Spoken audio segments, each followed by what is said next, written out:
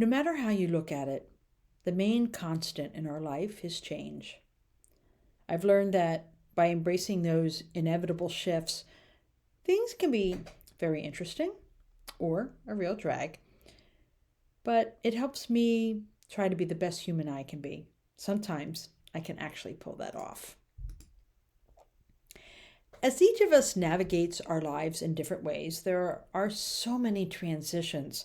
In my case, single to married, to single to married, to finally being single once again, my preferred state.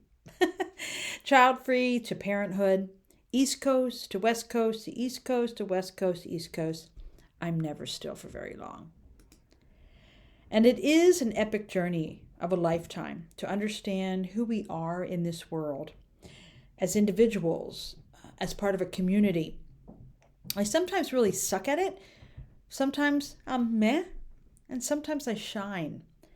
And that's how all of us grow to become the inevitable, incredible humans we were born to be. Now, I don't know about you, but not knowing drives me absolutely batty. But I've gotten a little better at it because at this point in my life, I figured I have about 20 good years left in me. I'm not kidding.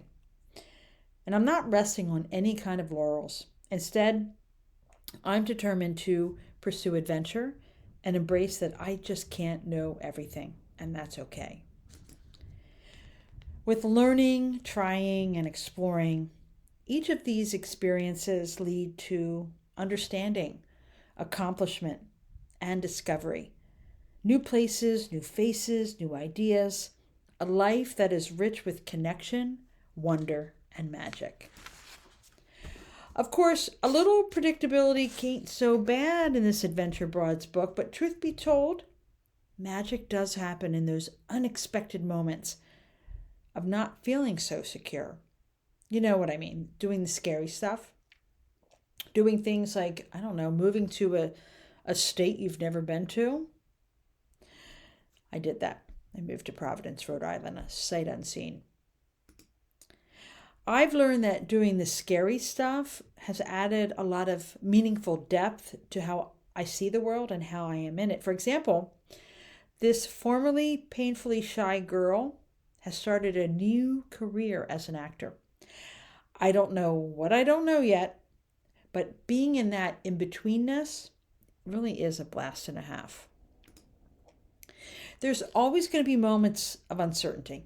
Questioning myself, should I do that? Should I try that? What if I fail and look like a fool? What if they don't like me? That kind of self-talk's always going to be with me, but I've also learned to say fuck it. And I think our lives can be this melodic harmony or jarring heavy metal that gives me a headache, or something in between. The music is always there, playing.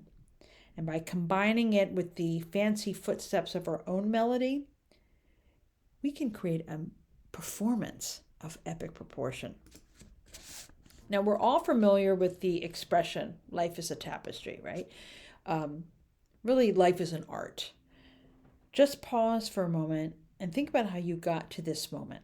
Every little step, every little brave effort, every big conversation, every monumental dream to live a big life, one small adventure at a time, brought you right here.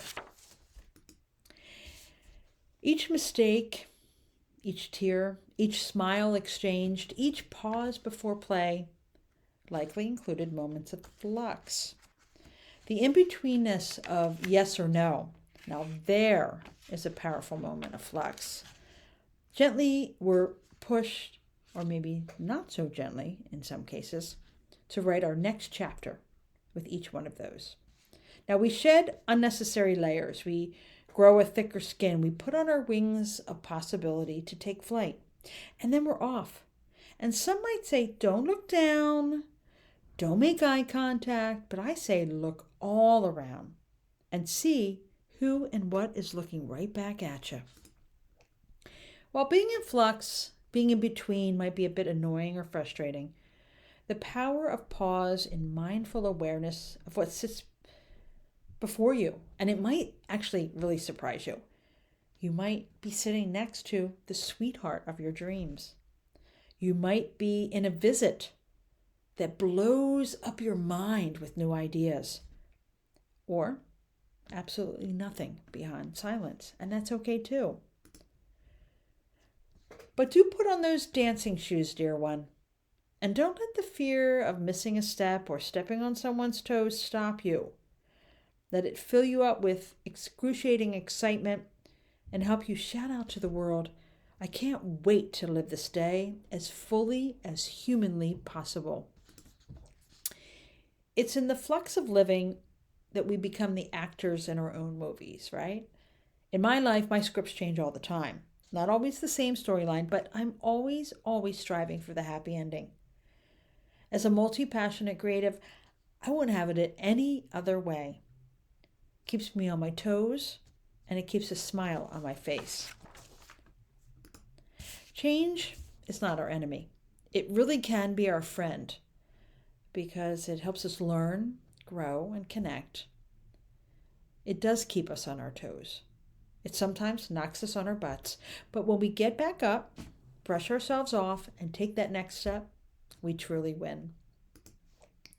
Sometimes it's a gentle nudge, and other times it's a big old shove. The beloved universe, as I like to call it, always know what direction is north.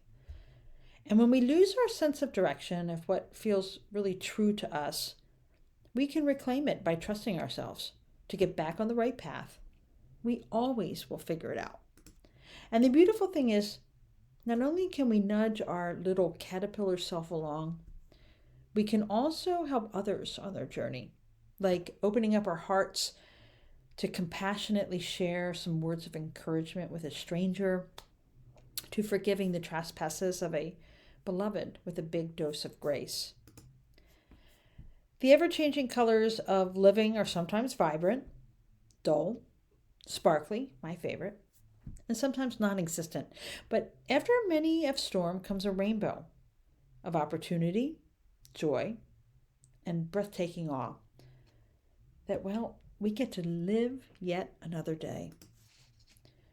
The art of living embraces flux, and we get to figure out what tools to use to embellish it or to eliminate all that unwanted stuff or something in between as we wake up to our own potential to be the best humans that we can be.